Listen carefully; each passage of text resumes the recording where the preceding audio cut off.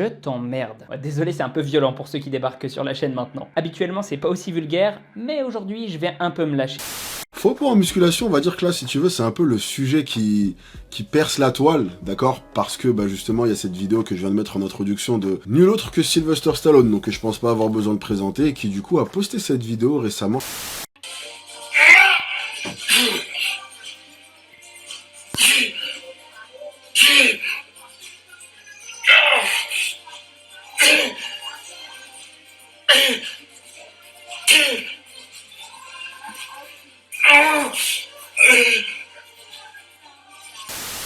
Les amis, aujourd'hui, on va parler de la vie, de la mort, parce que bon, c'est notre loi à tous, on finira tous par partir, on ne sait pas de quelle manière, malheureusement ou bien heureusement. J'ai des personnes qui viennent sous mes vidéos régulièrement, ou même dans d'autres vidéos à côté, ou dans des commentaires, encore une fois sur Instagram, bref, un peu partout, et qui disent des choses qui ressemblent à ça. Ouais, enfin, les études scientifiques, tout ça, t'as un physique de fragile quand même, hein.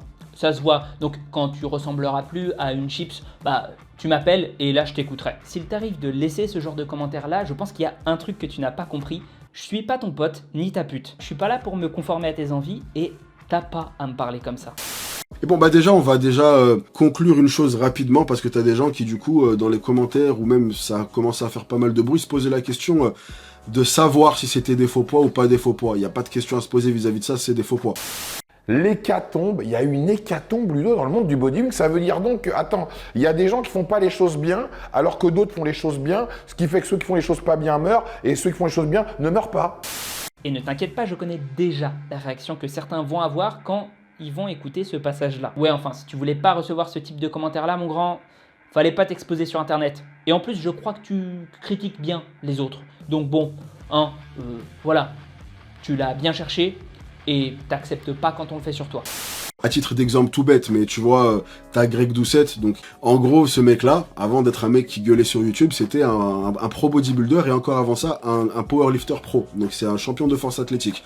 Donc lui-même, pour justement essayer d'étayer le fait que c'était des faux poids, il a pris les poids, il a essayé avec les 20 kilos, impossible, et il est descendu jusqu'à 10, et avec les 10 c'était très dur, mais presque.